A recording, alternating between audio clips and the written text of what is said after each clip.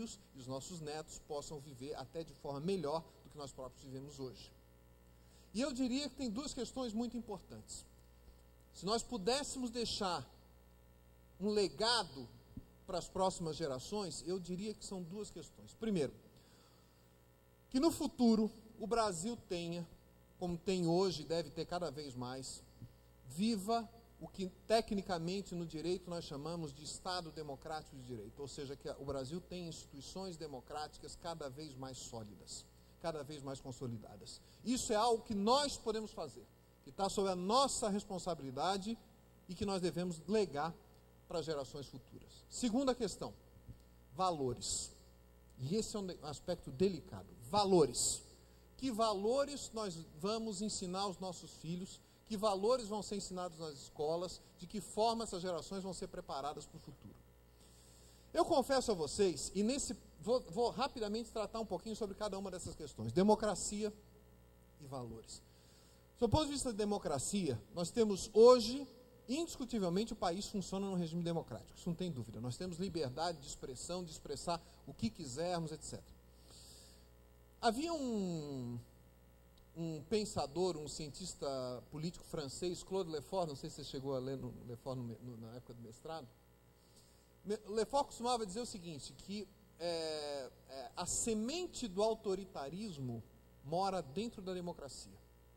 E que o preço da democracia é a eterna vigilância.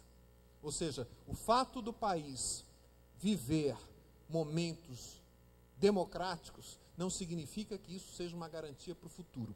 Significa, sim, que nós devemos usar todos os meios que tivermos para assegurar que essas instituições democráticas fiquem cada vez mais sólidas. O país vive um momento democrático, não tem dúvida disso, mas há um aspecto que a mim e a ordem dos advogados preocupa bastante. Não é algo que hoje possa pôr em risco a democracia, mas é algo que nós precisamos nos preocupar para evitar que esse mal cresça. Nós estamos vendo, isso tem vários nomes, foi chamado de várias nomenclaturas diferentes, mas um em particular que se diz muito é Estado policial. Né? Esse recrudescimento de certos poderes públicos, de certos aspectos do Estado que nos preocupa. Na advocacia em particular. Havia provavelmente um dos maiores pensadores do século XX, Michel Foucault, francês também, escreveu um livro chamado Vigiar e Punir. Vigiar e Punir, ele começa descrevendo os suplícios.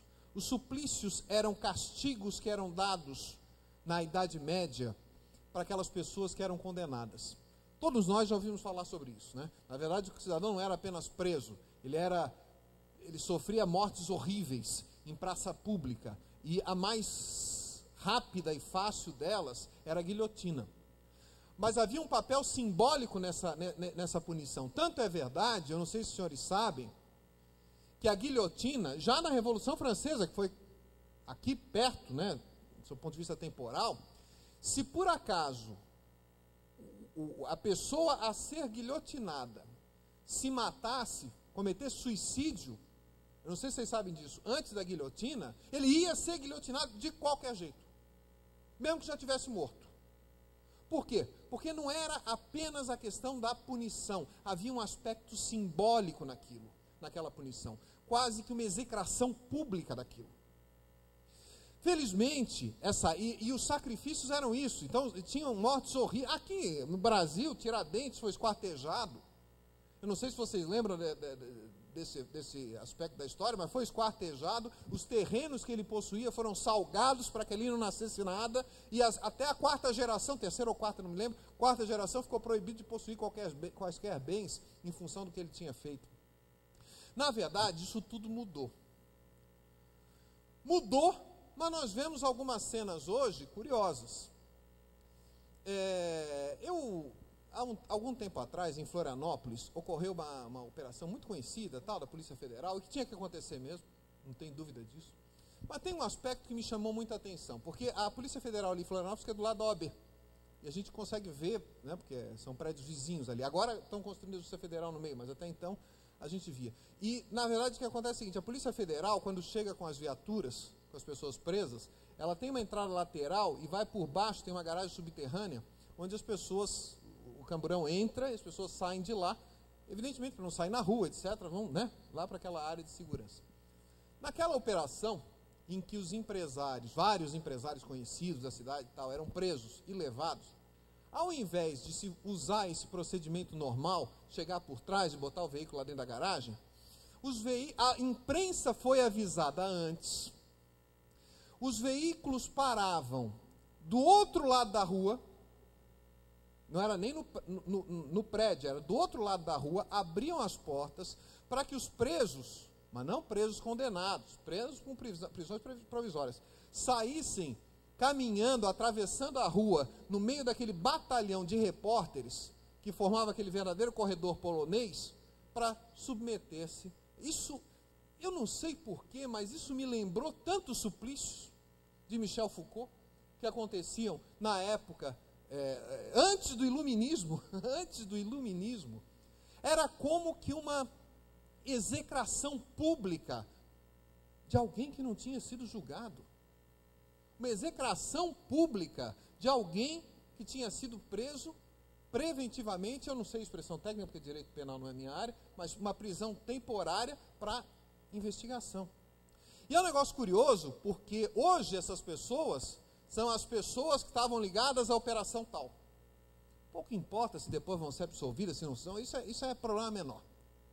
Na verdade, o ponto que eu queria tratar com vocês, e que é um pouco delicado, eu queria dizer para vocês, muita calma nessa hora. Muita calma nessa hora. Devagar com andor, que o santo é de barro. Por quê? Grandes realizações, nós estamos tratando de coisas importantes aqui nesse congresso. Combate à corrupção, realizações em termos de educação, etc. Grandes realizações são feitas. O que move as pessoas a grandes realizações, o movimento interior é emocional. Agora, a realização de um sentimento que nós temos é com a inteligência, é racional. Porque se nós tivermos o ímpeto de fazer, mas ao se fizermos mal feito, o ímpeto não adiantou nada. Tem que ser feito com inteligência, com estratégia, de uma forma bem feita.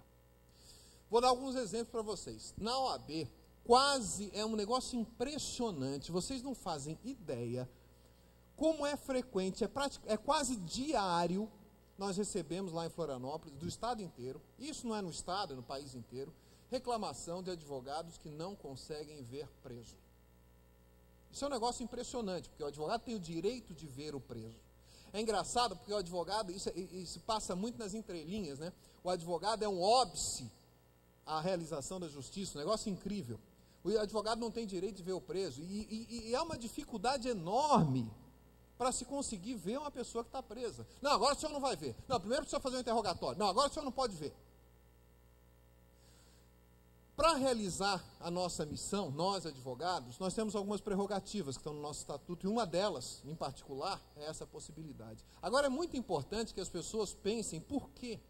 Por que eu quero ver o preso? Para que eu quero ver o preso? Quer dizer, eu não faço a área criminal, mas os nossos colegas que fazem, para quê? Meus amigos, até muito pouco tempo atrás, eu não sei se está todo mundo lembrado disso, quando havia prisão política, o cidadão era preso porque manifestava suas ideias e ninguém sabia onde é que o cara estava. Aí você ia, eu acho que está naquele batalhão, agora não está mais, agora está lá não sei aonde, agora está lá não sei aonde, e agora onde é que foi? Sumiu. Não sei, sumiu. Como sumiu? Sumiu como se some um pedaço de papel na burocracia. Para que o advogado vê preso? Porque a pessoa está sob a custódia do Estado. E alguém tem o direito, não é alguém, ele tem o direito de que alguém vá até lá e veja se ele está bem, se ele está ali mesmo, se não sumiram com ele. Essas prerrogativas não são prerrogativas nossas. Não é, eu não tenho essa prerrogativa porque eu sou advogado, eu tenho essa prerrogativa porque senão eu não consigo defender a pessoa. E esse direito, isso nos preocupa a todos na ordem, direito de defesa não está na moda. Direito de defesa não está na moda. Direito de defesa é demodê. É comum dizer, mas o cidadão faz a pronta, depois contrata os bons advogados e... Como se nós fôssemos um entrave à realização da justiça. E começa conosco e vai acabar no judiciário. Porque depois disso que se diz, depois de nós, advogados, nos atingir, vai atingir o juiz. Sabe como? Vocês já certamente ouviram falar, a polícia prende e a justiça solta. Ouviram falar isso, né? Como se a justiça se nós, advogados, e os juízes estivessem aí para atrapalhar o trabalho das investigações policiais. Então, a primeira questão que eu queria dizer, muita calma nessa hora, devagar com a dor com santa de barro. Há todo interesse por parte de todas essas instituições, da Ordem dos Advogados, do Poder Judiciário, do Ministério Público, em que todas as denúncias sejam apuradas com todo o rigor possível. Agora, uma coisa nós temos que pensar. Nós não, porque o germe do autoritarismo nasce da democracia. Existem mecanismos que foram conquistas civilizatórias, como direito à defesa, processo, igualdade de tratamento. Engraçado que nós, na maçonaria, vemos isso de forma simbólica, mas no judiciário funciona muito bem. O tripé, o 3, né? E para nós diz tanta coisa. Porque é assim que se faz o judiciário. O judiciário é um equilíbrio entre acusação, defesa e julgamento, autor, réu e juiz, Ministério Público, magistratura e advocacia. É sempre tripé, é sempre 3. Né? Não é por menos que esse número simbolicamente diga tantas profissões, mas em particular a nossa profissão. Justiça não se faz, é um negócio interessante. Às vezes algum tempo atrás li, faz tempo já, na época era juiz, hoje é deputada federal, Denise Frossard, que se notabilizou no Rio de Janeiro, porque prendeu uns banqueiros de jogo do bicho. Na época a contravenção era o jogo do bicho, né? Era o que tinha de ruim. Como nós evoluímos para ruim, né? Para pior, mas na época ela prendeu os poderosos. Hoje seriam essas grandes organizações criminosas de primeiro Comando da Capital e Comando Vermelho. Na época era banqueiro de jogo de bicho. Ela foi lá e prendeu.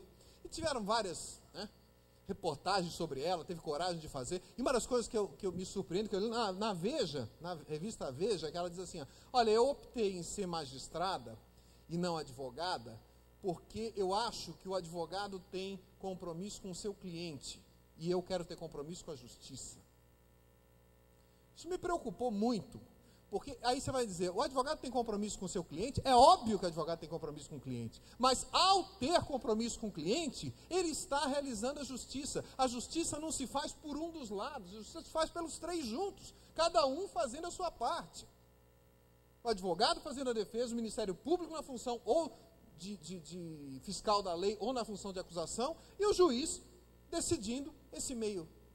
Isso é que é a realização de justiça. Ninguém é dono. A justiça é como uma orquestra em que todos os partícipes. Então, a primeira coisa que eu queria, mensagem que eu queria deixar é o seguinte: nós devemos nos emocionar com a realização que precisamos fazer. Mas para realizar de fato, vamos pensar no que nós estamos fazendo. Vamos fazer de forma correta, séria, primeiro, para não prejudicar direitos de A, de B, de C, que não tem nada a ver com a história.